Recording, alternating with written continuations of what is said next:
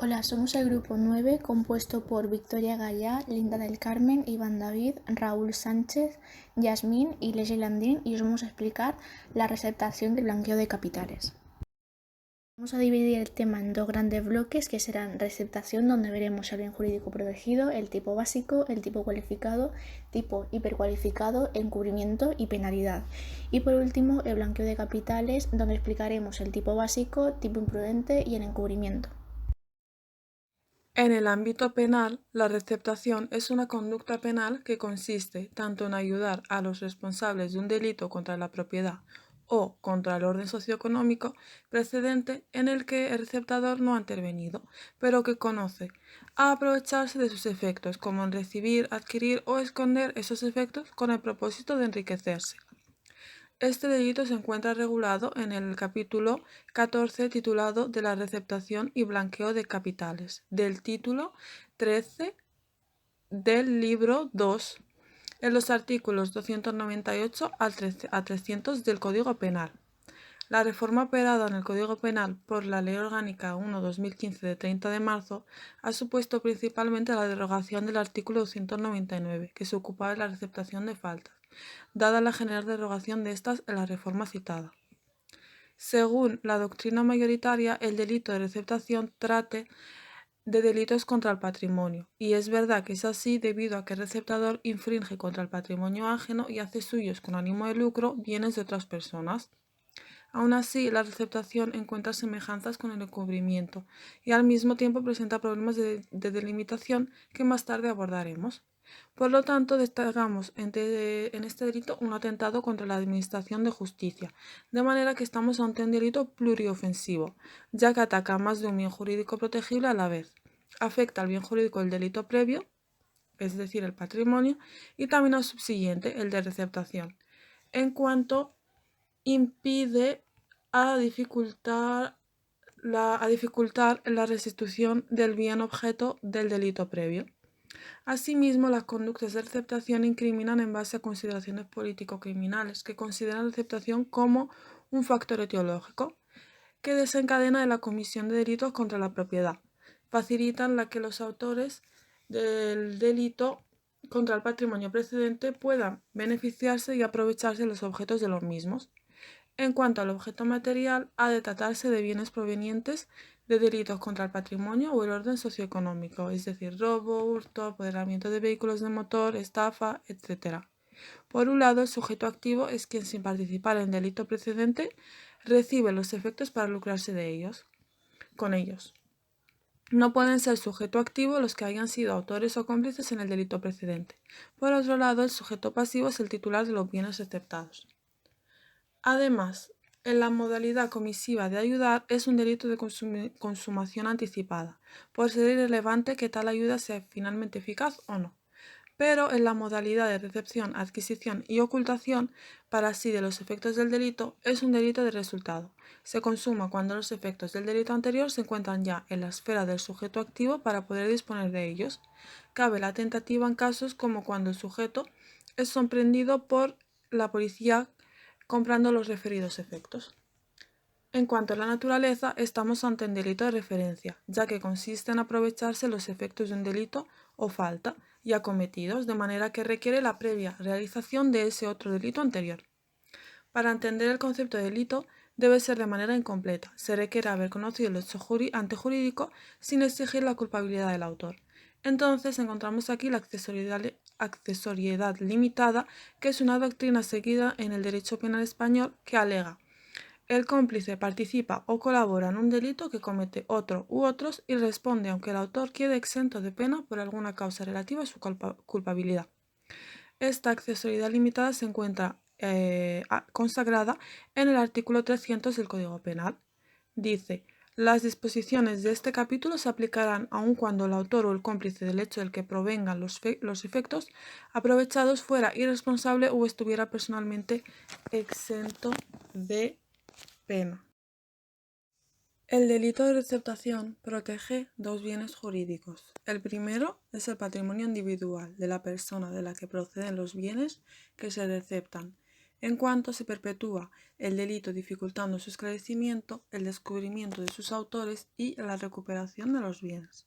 El segundo bien es el orden socioeconómico. Esta conducta supone un modo de comercio ilícito que se realiza al margen de los circuitos oficiales, suponiendo una competencia ilegal que perjudica a los comerciantes legalmente establecidos que operan en la economía pagando sus impuestos y cumpliendo las restantes cargas sociales y obligaciones legítimamente impuestas por las autoridades competentes. El tipo básico de este delito se encuentra en el artículo 298.1 del Código Penal. Los elementos esenciales son: debe haber una previa comisión y conocimiento de un delito contra el patrimonio o el orden socioeconómico. Se debe saber que la procedencia de los bienes es delictiva. No se debe haber intervenido en él ni como autor ni como cómplice. Y además debe haber ánimo de lucro, es decir, querer aprovecharse de los efectos del delito. En cuanto a la conducta típica, en el delito de receptación contemplamos tanto el aprovechamiento propio como el aprovechamiento ajeno, ya que son las dos modalidades comisivas de esta figura. La primera precisa es que el sujeto auxilie o ayude a los responsables del delito previo a aprovecharse de los efectos del mismo. Aquí se incluye cualquier actividad idónea para lograr provecho y beneficio económico. Por otro lado, la segunda modalidad comisiva, el sujeto recibe, adquiere u oculta los efectos del delito. El adquirir y recibir abarcan cualquier clase de adquisición onerosa o lucrativa que comporte un aprovechamiento para hacer suyo los efectos del delito. En el caso de que se trate del mismo objeto material procedente de un delito previo, cabe la receptación en cadena. En el caso de la receptación es un delito necesariamente doloso, pues exige ánimo de lucro y conocimiento de que se ha realizado el delito previo. Por lo tanto, no cabe comisión imprudente de dicho delito. Se admite la comisión dolosa en sus dos formas: el dolo directo, cuando el sujeto activo conoce con seguridad de la procedencia ilícita de los efectos, y el dolo eventual, cuando el receptador realiza sus actos a pesar de entender con un alto grado de probabilidad que los efectos tienen su origen en un delito contra el patrimonio o el orden socioeconómico. El tipo cualificado está regulado en el artículo 298.1, introducido por la Ley Orgánica 1/2015, que sanciona con la pena de 1 a 3 años cuando se traten de cosas de valor artístico, histórico, cultural o científico, cuando se trate de cosas de primera necesidad, conducciones, cableado, equipos, componentes de infraestructuras de suministro eléctrico o de servicios de telecomunicaciones o de otras cosas destinadas a la prestación de servicios de interés general, productos agrarios o ganaderos o de los instrumentos o medios que se utilizan para su obtención. Y por último, cuando los hechos revistan especial gravedad, atendiendo al valor de los efectos receptados o a los perjuicios que previsiblemente hubiera causado su sustracción. El encubrimiento es la conducta que realiza una persona al ayudar al autor de un delito a eludir la acción de la justicia o aprovecharse de los efectos del crimen cometido. Según la doctrina, la diferencia entre ambos delitos recae en que mientras en el delito de encubrimiento hace falta ánimo de ayudar o favorecer, en el delito de receptación se exige ánimo de lucro. Otra de las diferencias entre ambos delitos es en atención al tipo objetivo. En el delito de receptación se debe apreciar un delito previo contra el patrimonio o orden socioeconómico. En cambio, para observar el de encubrimiento no se realiza ningún tipo de limitación. Cabe aclarar que en el caso de que el delito previo no sea patrimonial o socioeconómico, no cabe receptación. Existirá un concurso de normas cuando la conducta realizada consista en la ocultación de los efectos del delito y este último sea de tipo patrimonial o socioeconómico, lo que se resolverá a favor del delito de receptación atendiendo al principio de especialidad.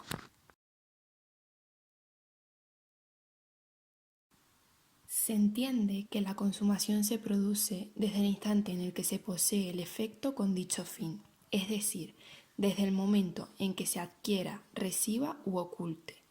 No será necesario, por lo tanto, que se hayan ejecutado los actos de tráfico. Traficar equivale a comerciar con los efectos del delito. La jurisprudencia entiende el ánimo de traficar como la intención de comerciar o negociar con los efectos del delito, adquiridos, recibidos u ocultados, mediante permuta, venta o cualquier acto que se asemeje, ya sea de naturaleza civil o mercantil, para introducir en el ámbito económico general.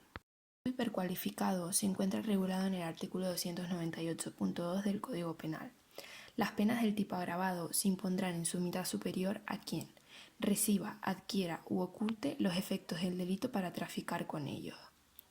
Esta modalidad supone un plus sobre la receptación básica en cuanto el receptador no solo se queda con los bienes procedentes de delitos, sino que utiliza este medio de aprovisionamiento para su ilícito comercio posterior. El segundo caso es si el tráfico se realizase utilizando un establecimiento local comercial o industrial.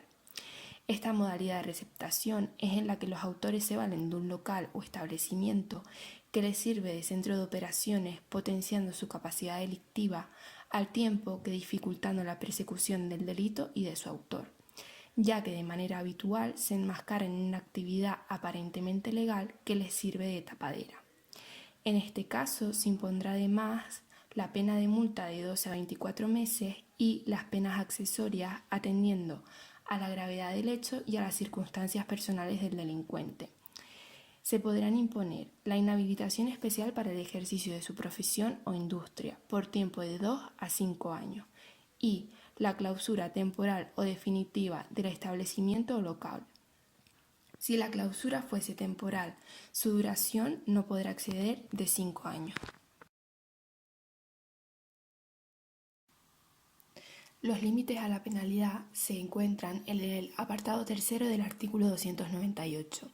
Se establece que en ningún caso se podrá imponer pena privativa de libertad que exceda la señalada al delito encubierto. Por otra parte, si éste estuviese castigado con pena de distinta naturaleza, la pena privativa de libertad será sustituida por la de multa de 2 a 24 meses, salvo que el delito encubierto tenga asignada pena igual o superior a esta. En tal caso, se impondrá al culpable la pena de aquel delito en su mitad inferior.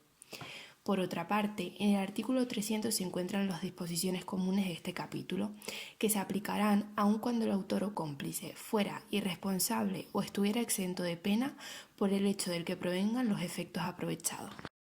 Agentes de la Policía Nacional han recuperado más de 900 piezas de quesos, embutidos y jamones ibéricos robados a distintas empresas ubicadas en las provincias de Madrid, Toledo y Zamora. Hay 3 personas detenidas, un ciudadano español y una pareja de origen dominicano, como presuntas autoras de un delito de receptación. Los agentes han necesitado 3 camiones para poder transportar los efectos intervenidos en una nave de Humanes, en Madrid. Ante los robos en almacenes, camiones de transporte o establecimientos comerciales ocurridos en estas fechas del año, los agentes tenían en marcha un dispositivo especial para localizar puntos de venta de los efectos sustraídos, que querían aprovechar el aumento del consumo que se produce en las fiestas navideñas. Los investigadores tuvieron conocimiento de un posible punto de venta de los objetos procedentes de robos en la localidad de Humanes. Las gestiones practicadas confirmaron que en el interior de esa nave se encontraban almacenados centenares de productos procedentes de robos en empresas y camiones, por lo que se procedió a la inspección de la misma. Los agentes encontraron quesos, lomo, chorizos, salchichones y jamones ibéricos procedentes de un robo en una empresa de Griñón, en Madrid también, el pasado 8 de diciembre. Esta empresa denunció el robo de productos valorados en más de 350.000 euros y el género recuperado se valora en unos 27.000 euros. En los registros también se han intervenido 25.395 euros en efectivo. Los investigadores vinculan también los productos hallados con el robo de 2 semirremolques con productos lácteos en la provincia de Zamora y el robo de etiquetas y género cárnico en la provincia de Toledo.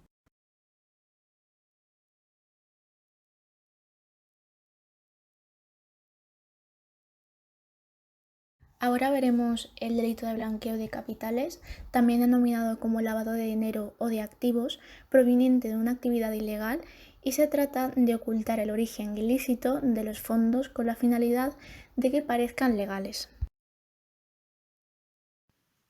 El tipo básico del delito de blanqueo de capitales viene regulado en el artículo 301 del Código Penal.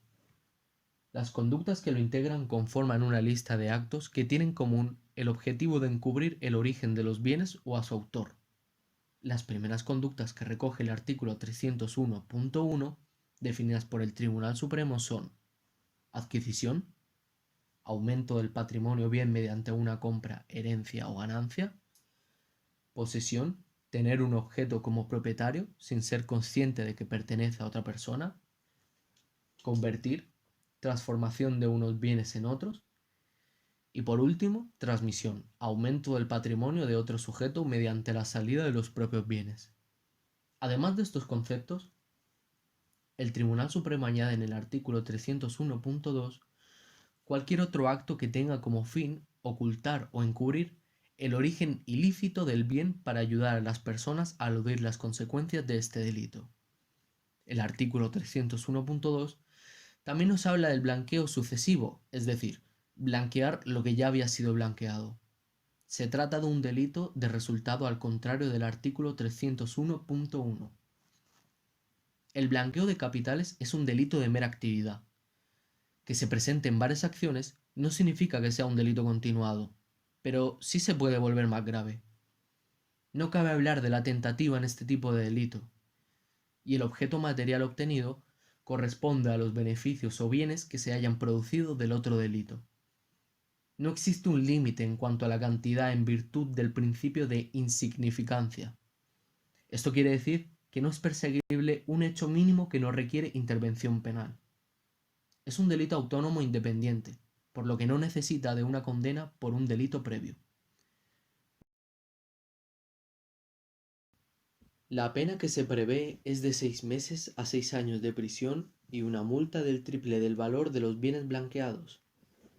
También cabe aplicar una pena de inhabilitación especial para el ejercicio de la profesión industria de 1 a 3 años y el acuerdo de la clausura temporal, esta sin exceder los 5 años o definitiva del establecimiento.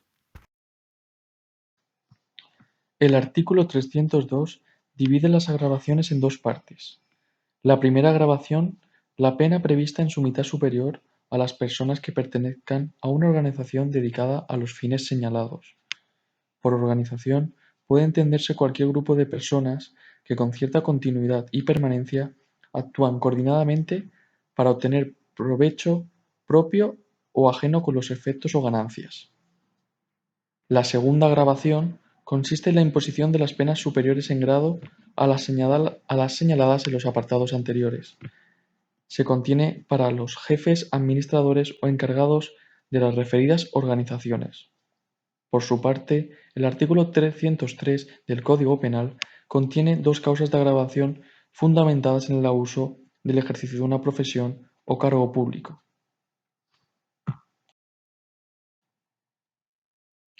La prescripción en delitos continuados se trata de un delito permanente o de Estado, por lo que el plazo de prescripción no computa mientras se mantenga la situación irregular.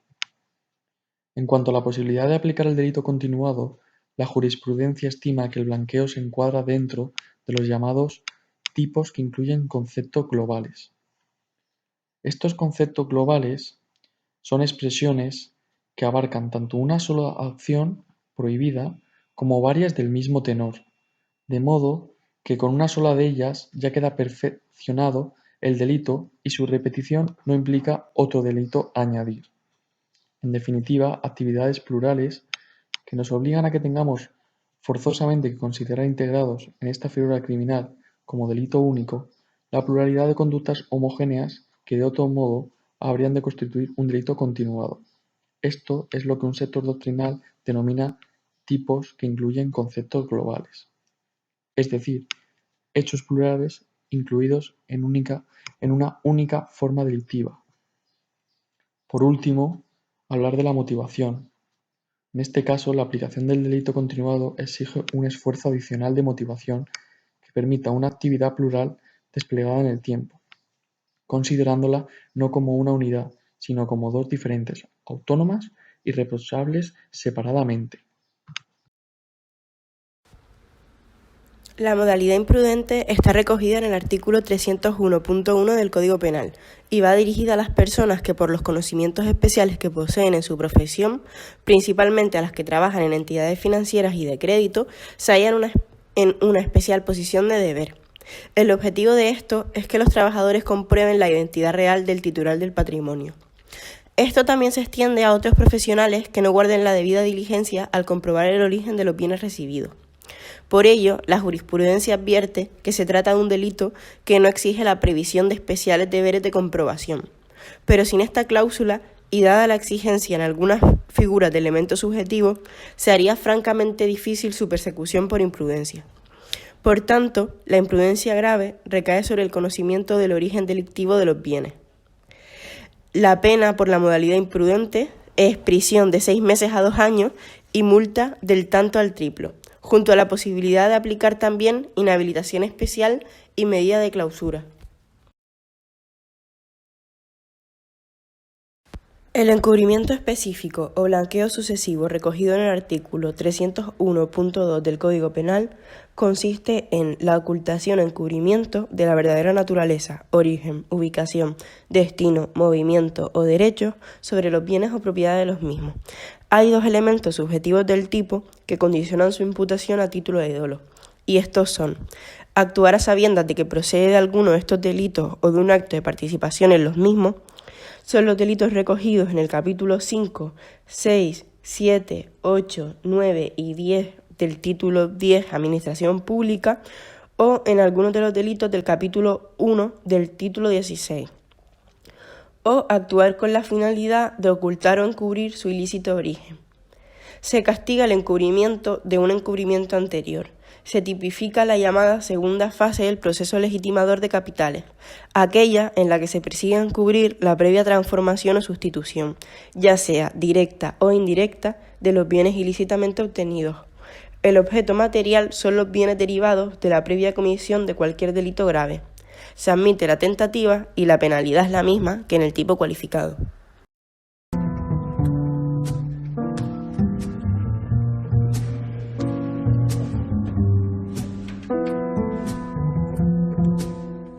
Soy concejal de urbanismo y he recibido una comisión ilegal de 100.000 euros por una recalificación. Sí. Y esos 100.000 euros, pues quiero que pasen a ser legales. Y los quiero llevar, pues no sé, a Andorra. ¿Cómo lo puedo hacer? Hasta 10.000 euros no hay ninguna obligación de tener que justificar entre las fronteras absolutamente nada. Pues te haces 10 viajes de 10.000 euros cada uno de los viajes y lo ingresas en un banco andorrano. Pero, eso no es blanquear dinero.